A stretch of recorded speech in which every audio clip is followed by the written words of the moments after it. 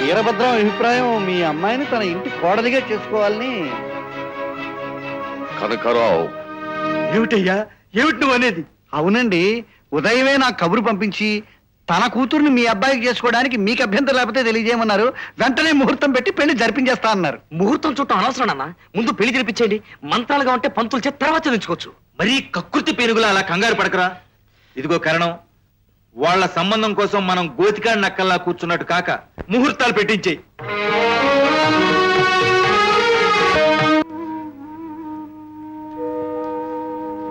అమ్మా లలిత, లేమ్మా, లేచి తలంటి పోసుకో. రామ్మా.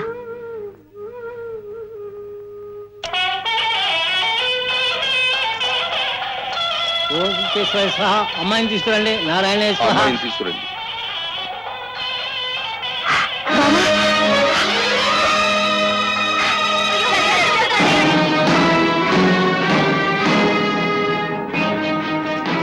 పట్టుకోండి రా, ఆ కిష్టిగాడిని పట్టుకోండి.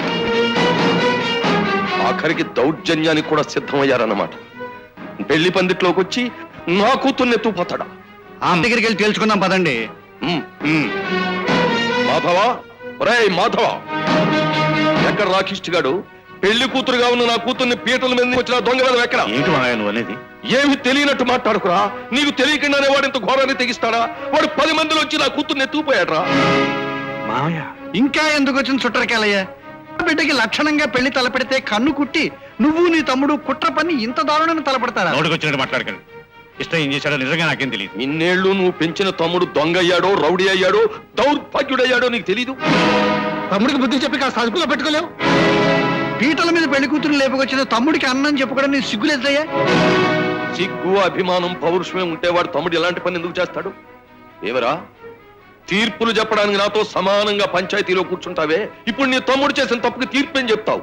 శిక్ష వేస్తావు. నా కొడుకు ఇలాంటి పని చేసి ఉంటే నరికి పోగులు పెట్టేవంట్రా. ఆ కిష్టిగాడు చేసిన పనితో నీకు సంబంధమే లేకపోతే వాడిని గడపలో కాలు పెట్టనివ్వకు.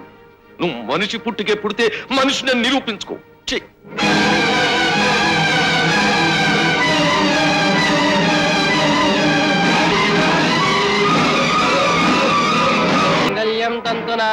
మమ జీవన హేతునా రే కృష్ణయ్య, పెళ్లి మంటపంలోంచి నా కూతుర్ని ఎత్తుకొచ్చేస్తావా?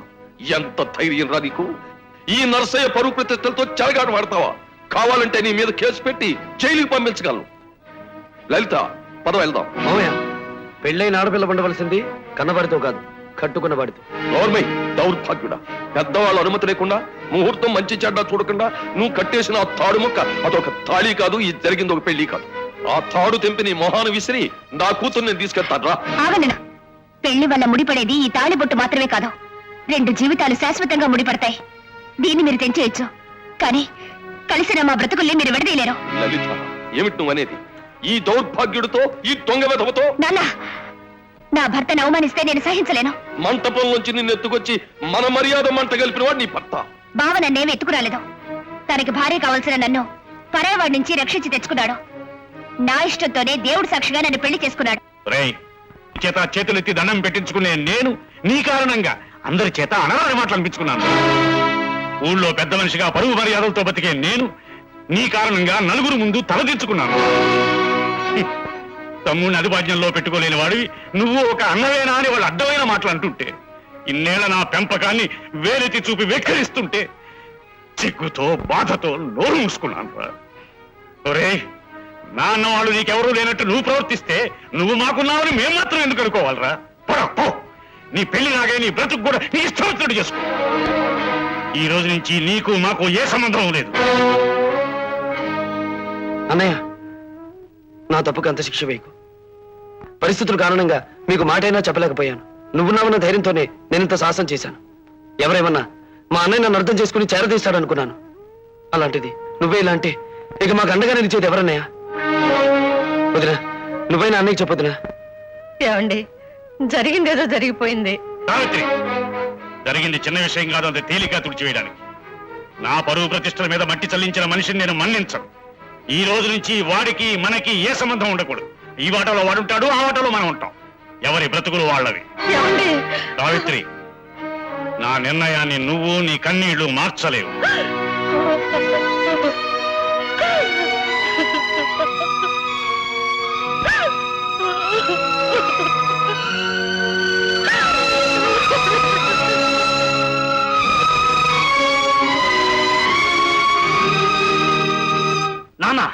నా పెళ్లి అయిపోవడం వల్ల శాంతి ఉండదు. ఆకాశంలో ఏడుస్తూ తిరుగుతుంటుంది. ఆ పాపం నీదే.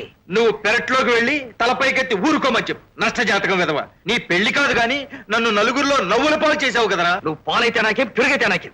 ముందు నా పరిస్థితి ఏంటో చెప్పు. నా కాబోయే పెళ్ళాన్ని పకోడి పొట్లాన్ని డేగ తొనకపోయినట్టు వాడు తనుకుపోయాడు. నాకీ జన్మకు పెళ్లి కాదు, నేను కూడా చిత్రాంగిని. ఒరే దరిద్రుడా, నీకు త్వరలో మంచి అమ్మాయిని చూసి పెళ్లి చేస్తాను. ఈలోగా వెధవేషాలు వేసావంటే చంపేస్తాను. నన్ను చంపుతానని సరదాపడి నువ్వు నా తండ్రివి కావు కావు కావు. నేనే నా తండ్రి. శివా.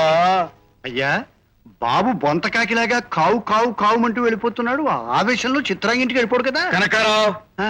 అది బుజ్జగించి పంపిస్తుంది గాని అక్కడికి చేరనివ్వదయ్యా. కానీ ఆ కిష్టిగాడి మూలంగా ఈ పెళ్లి అల్లకల్లోలం అయిపోయింది. ఆ నరసయ్య మన పక్షంలో చేరతాడనే పథకం మట్టి కొట్టుకుపోయింది. అయ్యా, నరసయ్య మన పక్షం చేరినా చేరకపోయినా మామ అల్లుళ్ళు అన్నాదమ్ములు లేరు. ఇక జీవితంలో వాళ్ళు మళ్ళీ కలవడం అనేది కల్లా. విభజించి పాలించు అనే నీతి సూత్రంలో విభజించే పథకం ఇప్పటికి పూర్తయింది. త్వరలోనే మనం పాలించబోతున్నాం. నా మాట ఖాయం. ఆ?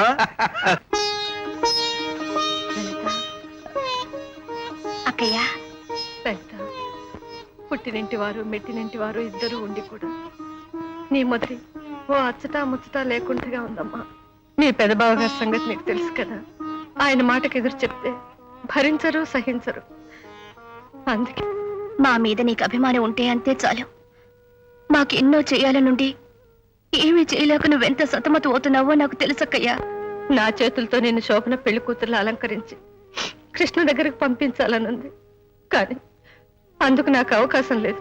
చూడు, ఎప్పుడో నీకోసమని ఈ పట్టు చీర కొనుంచాను. ఈ రాత్రికి దీన్ని కట్టుకో.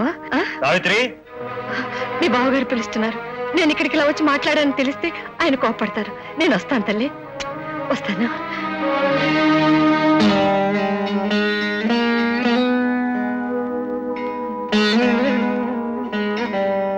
బావా, ఈ చీర ఇందాక మీ వదిన రహస్యంగా తీసుకొచ్చి నాకు ఇచ్చింది.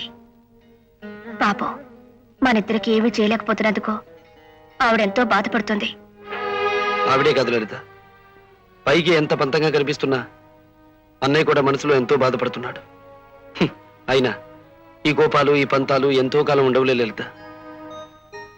ఈ రాత్రికి దేని గురించి ఆలోచించకూడదు.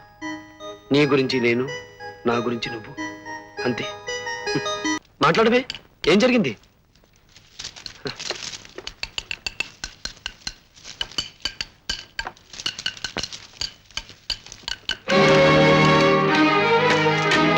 ఏమిట్రా, ఏమిటిది? అన్నయ్య గారు పురమాయించారండి. బాబాయ్ బాబాయ్, ఇదేంటి బాబాయ్, నిన్నటి పక్క నుంచి ఇలా తడికి కట్టేస్తున్నారు. తీసేయమను బాబాయ్, తీసేయమను, తీసేయమను బాబాయ్, తీసేయమను, తీసేయమను బాబాయ్, తీసేయమను బాబాయ్. రే నాని, ఏమిటది? ఏమిటి తీసేసేది? ఎవరెక్కడ ఉండాలో అక్కడ ఉంటమే మంచిది. అది కాదు నాన్న, మరి బాబాయ్ నేను కలుసుకోవాలంటే ఈ తడికి అడ్డంగా ఉంటుంది, అందుకనే తీసేయాలి. తీసేయమని నాన్న. నోర్మై, నువ్వు కూడా నాకు చెప్పేవాడు అయ్యావా? నా పెద్దరికానికి విలువ ఇవ్వనివాడు ఒక్కడే అనుకున్నాను. ఇప్పుడు నువ్వు కూడా తోడయ్యేవాడు మాట.